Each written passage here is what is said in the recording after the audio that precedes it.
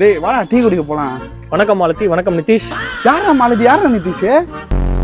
யாரோ மாலதி நிதிஷ்ன்ற அதெல்லாம் எனக்கு தெரியாது. சூடா போண்டா போட்டுருப்பானுங்க, சாப்பிட போலாம்.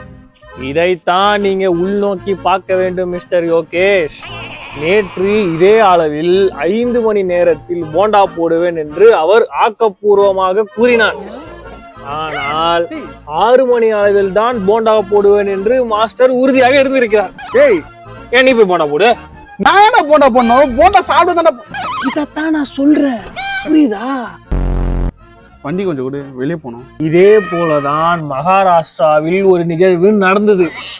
வண்டி கேட்டா கொடுத்துருக்கான்ப்பா. வண்டி எடுத்துட்டு போயிட்டு ஆக்சிடென்ட் பண்ணிருக்கா. அப்புறம் தான் தெரிஞ்சது 10 பேர் சேர்ந்து அந்த வண்டியை வாங்குறதுக்கு அந்த பையனை வெட்டி கொண்டு இருக்காங்க.